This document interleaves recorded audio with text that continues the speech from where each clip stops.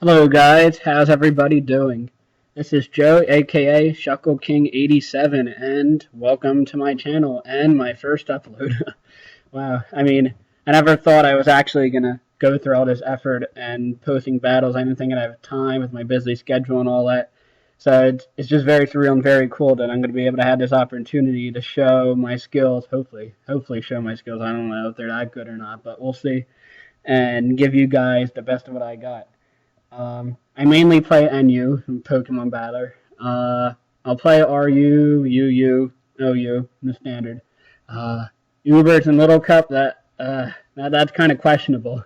I played Uber maybe once or twice. I haven't played Little Cup at all, which really isn't fair. I don't know how great the tiers are not, but I definitely should give it a try. But if you guys want me to play Uber, if you want me to play Little Cup, just let me know and I'll give it a shot. Though you guys are probably better than I am, so don't expect much out of me. So what's with the name Shuckle King 87? That's kind of strange, isn't it? Who likes to shuckle? Well, I do. I always love the bug types. I don't know. They don't get the love they deserve. Stealth rocks are a pain, yes. Spikes are a pain, yes. But you have all these fire types, and you have all these dragon types, all these cool looking Pokemon. Then you got a Wurmple, you got a Kakuna that doesn't do squat. So I feel a little bad. And so I had to pick my bug type, and it's obviously Shuckle. It has two stats which are the highest in the game. So that's pretty spectacular right there. And it's sitting in NU, as a matter of fact, PU even worse than that. I can't believe it. It's such a good Pokemon. It has such high stats, but I'm not the one to judge, so I don't know. And I'm gonna try to be the king anyway. I don't know. Maybe if my battling recently, I might not be such the king anymore. I don't know what I am. Maybe Shuckle Servant 87. 87 is just a lucky number. I don't know. Really no rhyme or reason in it or whatever. So yeah, try to look me up on Smogon. I say I'm fairly well known. If you're gonna ask any NU battler, that's pretty big on Smogon. They're gonna know who I am. They're gonna probably say bad stuff about me or whatever, but they're gonna know who I am somewhat. So I say I'm okay. So message me there. You can also just message me on YouTube or whatever. I'll try to get back in touch with everybody as soon as I can. Try to get as many battles in as I can. Try to post as many battles as I can, though. I don't know how often that's going to happen. This is the first, so kind of the test run. We'll see what happens once this happens. So I guess without further ado, let's start this battle. Okay, so I'm going to be on the right. I see his team. I'm going to guess he's going to start with a Roselia to set up spikes and all that fun stuff. So I'm going to lead my Skuntank. Just get that taunt action off and make sure he doesn't set up any spikes. So here comes a Seismitoad. So I set up the taunt now. Yeah, Seismitoad's going to be a little bit of a problem with its ground typing and all that, but at least I know he's not going to get up the rocks, which isn't that big of a deal, minus the Jinx, which maybe you'll see the reason why it's a big deal. So I bring in a Superior to scare it off. It's not going to do much. Mine is like a Hydro Pump or Nerf Power or whatever. So I knew Superior's safe bet, but he double switches into the Kangaskhan, which pretty good move. I don't really have anything to handle Kangaskhan that well. So I had to force to take the fake out here Superior. And then I make a very questionable move and move into Jinx, which is probably OHKO, but as you guys can see, sorry, I have the double edge. I have the Focus Sash, so I'm going to be living that move. So now I put him in a pickle. I was kind of scouting the Sucker Punch to see if he had it, so I went for the Lovely Kiss, but he makes a very good play and switched into Electabuzz, kind of seeing that happening, so my sleep is for naught. So that's unfortunate. So I'm going to switch back in the Seismitoad, expecting the electric move. He pulls the Hidden Power. They're like, oh crap, maybe it's Grass, which I said everybody should run just because Seismitoads are so common, but turned out it's probably Hidden Power Ice, so that's not going to be doing much. Now, predicting is Stealth Rocker to come back in. I'm going to switch back into Jinx. I'm hoping, yes. I switch back into Jinx, seeing this is happening, because I want to at least try to preserve it. And if he went for the attack while I set up my Stealth Rock, that's not going to do good. So I'm going to go for the Ice Beam, predicting Electabuzz to come in. And it's going to hit Seismitoad pretty hard anyway. And I get a very good amount of damage off on the Electabuzz. So I'm very happy with that. Now, expecting Electric move again, I'm going to go to my Seismitoad to take that. Yep, so he's going to go for the Volt Switch. Not going to do anything. Good stuff for me. I obviously know it's Scarfed. So, I could switch back in my Seismitoad again. but I was slightly fearing he was going to predict that and go for Volt Switch again, predicting my Jinx to come back in, so craziness right there. But I just went for the Stealth Rocks, just might as well get them up. I know he's going to get his Stealth Rocks up here, even though he could go for the attack. Jinx is going to do anything. I'm going to lose no matter what, so I might as well use it as much as I can. So I bring in the Jinx, and then he does start up the Stealth Rock. So I'm going to land at least one more attack or one more Leftly Kiss. So this is probably the weirdest play at a battle, probably the worst play at a battle. He sends the Roselia, maybe to absorb the sleep, would have the natural cure, but I mean I can just 2 HKO with Ice Beam. So spikes are out of the way, toxic spikes are out of the way, there's Skunk Tanks there. I do not have to worry about them, which is such a relief. I mean, with all the switching that happened in this battle, that was very costly right there. You bring him the Kangaskhan just to take it out. Probably went for the Lovely Kiss just to see, but I knew he was going to take me out there. Not much leaving it in. So I don't know how to deal with this Kangaskhan. It's going to be annoying. So Primeape comes in, baiting in the Mischievous. This is what I'm hoping. Go for the U-turn and bring in my Skuntank. So he does bring in the Mischievous. If he landed off another hit, that would have been very painful. Probably would have brought in Ursaring or maybe Superior to take the double edge or whatever move he was going to go for. So very lucky that he did that, and I predicted, right? Bring in my Skuntank. Now, my Skuntank outspeeds Mischievous because I put enough speed that I outspeed standard Mischievous by maybe a couple speed EVs. So I wanted to make sure that I got that off, no Will-O-Wisp. And then the crit pursuit really mattered. I don't know if it really mattered. I'm going to say it didn't, but it wouldn't have died. Let's just say it wouldn't have died if I didn't get the crit. It was going to do maybe 57 to 67% switching out. So it would have left him with like enough to live in a Stealth Rock come back in. However, Skuntank's the slowest one of my team, minus the Ursaring on his very first move when it doesn't have the Toxic Orb operated, and then it can use Quick Feet. So I'm going to say all my other Pokemon were able to take it after any amount of damage it would have been at left. So I'm going to say that didn't really matter at all. I mean, it might have, but I'm going to say it really didn't. So here comes the Seismitoad. What happened here? He switched back in his Skuntank, predicting probably my Superior, which I kind of saw coming, so I just went for the crunch. I mean, Skuntank did his job again at the Mischievous, doesn't really need much help. I mean, ideally, if I can get the 25% Aftermath, that'd be great, but no worry. Now, this was kind of a bad play on my part. I should have just kept going for the crunch. I knew I would have been faster than the Skuntank, but no need to risk it. I should have just went for a crunch, got a little bit damage to the Seismitoad.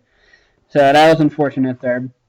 Now, I switched back into the Seismitoad, kind of expecting the water move or whatever. And let's see what he goes for. He goes for the Earth Power. Okay, I could have brought in Superior there. I mean, the Skuntank would have came in and then killed the Superior. It wasn't going to be able to do much, so Seismitoad is not going to do a whole lot once it got the Stealth Rocks up. So it's kind of giving off damage here. I have speed EVs in this to outspeed, max speed Ludicolo, and 2 HKO after Stealth Rocks with Sludge Bomb, which is very convenient. So that's why I was able to go faster, though I wasn't dishing out much damage. So it's a double-edged sword right there. But I got it low enough to where I'm going to scare off it with the Primeape. Just click Close Combat. Anything's going to die at this point here. The Skuntank could have taken me with the Aftermath, and that would have been a pain, but I mean, the health doesn't really matter for Primeape. It's going to die to any hit anyway. Brings in the Electabuzz. It's an okay move. I mean, Seismitoad is not going to really do much to begin with. He could have just death thought of that, and then Volt switched with Electabuzz. But, you know, his choice, whatever. The Kangaskhan's in, he's going to fake out, so I'm going to take that with the Superior. Superior's not going to do a whole lot. Look at that. Nope, I went a Skuntank. My bad, guys. That was probably a good play there. He's able to take that and probably die to a double edge. However, he goes for the Drain Punch, which, I don't know, kind of questionable right there. He could have, if he went for the double edge, he would have taken damage, yes. He would have taken a lot with Aftermath, but he probably would have barely lived. And then he would have forced my Primeape to come in and go for the Close Combat. And then Skuntank could do a little bit of damage from there. But for that, I would have killed it off the close combat at that point. But now I'm going to be able to bring my Superior, kill it with a Giga Drain, and then however he could bring in the Skunk Tank and it be a problem and all that. So actually I'm going to pull the double switch into my Ursaring, knowing that he's not going to be able to do much without the Toxic boost anyway. I mean, if he's going to go for the Drain Punch, good for him. I'm going to really doubt it though. Plus Primeape could just come in and kill it anyway. So now I'm going to be able to get the Toxic Orb off. I'm going to kill whatever he wants to let it die into a Facade. He's going to bring in his Seismitoad. I mean, good play. He could have gone for the Sucker Punch and Aftermath. And Gentry, that would have done a lot of damage. He probably, and then the Seismitoad not necessarily would have died right away, but I mean, whatever he wanted. I mean, the Skunk Tank was kind of important, and maybe getting off a crit Sucker Punch against the Primeape or whatever to kind of win the battle. But goes for the Drain Punch. He should have, at this point, he definitely should have gone for the Fake Out. I'm not quite sure why he didn't do that. That would have gotten off a lot of damage beforehand. Probably have killed me, obviously, as you see right now. I'm not going to be left with much HP, so the Fake Out was definitely the better play to go for. He would have killed me. I mean, and then I would have brought in a Primeape and still probably would have won the game anyway, just spamming close combat, but he could have made it a little closer of a battle. And now he decides he's the Sucker Punch and kills me. Even though he has the Black Suds, I'm not quite sure, or the Aftermath, I'm not quite sure why he didn't do that earlier, but whatever. I kind of had in the bag anyway with Primeape. So Primeape goes for the kill, and that is going to be the game. Alright, good battle, just getting hacked. And I mean, as I looked it up later, his record was 67-15. So I say that's pretty good. He had a pretty good ranking and all that. So I would say that's a pretty good win for me. I don't know. A 2-0 is always nice. So, let's see. Now, for my channel, I'm going to be doing a couple things at the end of the battle. I don't know if you guys are caring or not, if you just want me to cut it off here, but I'm going to do a couple things. First, I'm going to give the letdown Pokemon from me, saying what Pokemon contributed the least. MVP 1 and 2, so who contributed second most and the most for the win in this battle. And just a general, what could have changed the battle the most. Like, if I had a crucial play or the opponent didn't make a bad switch or made a good switch or had a certain move on a poke or an EV spread, that would have changed the battle a lot. So I'm going to say the letdown poke or the letdown in general for my team was my Seismitoad. Yeah, I said all Stealth Rocks, which, I mean, is the most important move in the game and all that, I know. But he didn't really do much besides just give damage to Seismitoad, which Superior could have done anyway. MVP number 2 is going to be that poke that died in the very beginning of the game, which is Jynx. No, you could say I played a little dumb with it, just letting it take it to its Focus Sash with the Kangaskhan Double Edge.